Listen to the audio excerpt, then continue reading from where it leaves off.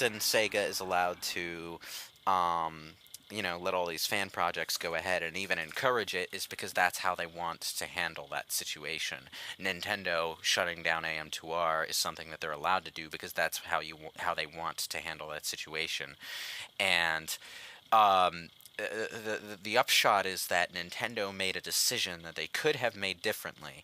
They didn't make it differently, and because they did make the decision they did, people criticized them for it based on the information they had at that time.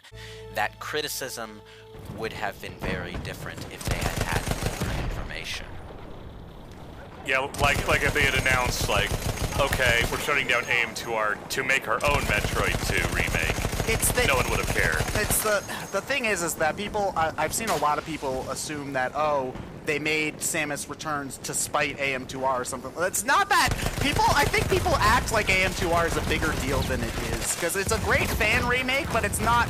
It didn't convince Nintendo to make Samus Returns. They were working on that for at least a year before that fan remake Samus was Returns. released. If you spend even 5 minutes playing Samus Returns, it took way longer than that to make. Yeah, they didn't It's a very detailed and well put together game. It's one of those. I'm still convinced that looking at it, it did influence a few later on decisions, but not early on. It's one of the. They can't make it just.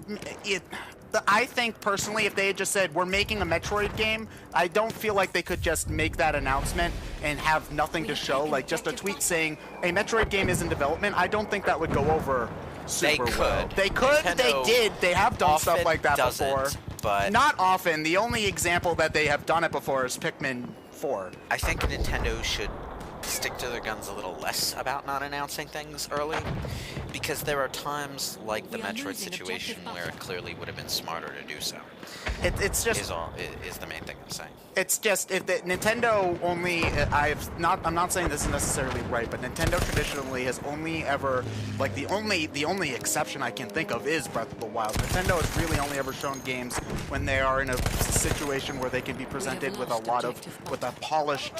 very polished at least. Yeah, and to show. And if they didn't have that for Samus Returns in December when the AM2R came out, then it would have been they wouldn't have had anything satisfying to show, and the impact that reveal would have had would have been lessened. I don't agree there, Ted.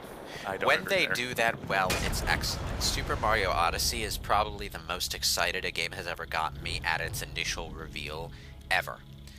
In a good handful of years. The closest thing that I can think of, in fact, is Sonic Unleashed, which is an iffy game, but they showed some pretty exciting gameplay when they first showed that game off, and it got people stoked.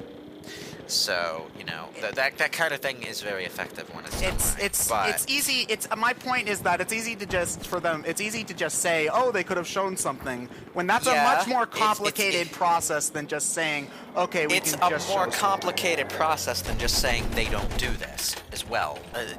Public relations has to be fit to purpose based on the situation. You can't just stick to a policy without fail and expect it to work well every time. Like when they decided that they were going to shut down AM2R, this fan project that was getting so much positive attention, they really should have turned around right then and said, okay, we need to change our plan here because this is going to backfire on us if we don't address it soon. And they didn't. Yeah. They waited like half a goddamn year to tell us what was coming. I think the most important thing out of this is that we got diffusion beam with a large blast radius. And shut up, John. Nobody cares. The fuck is a game?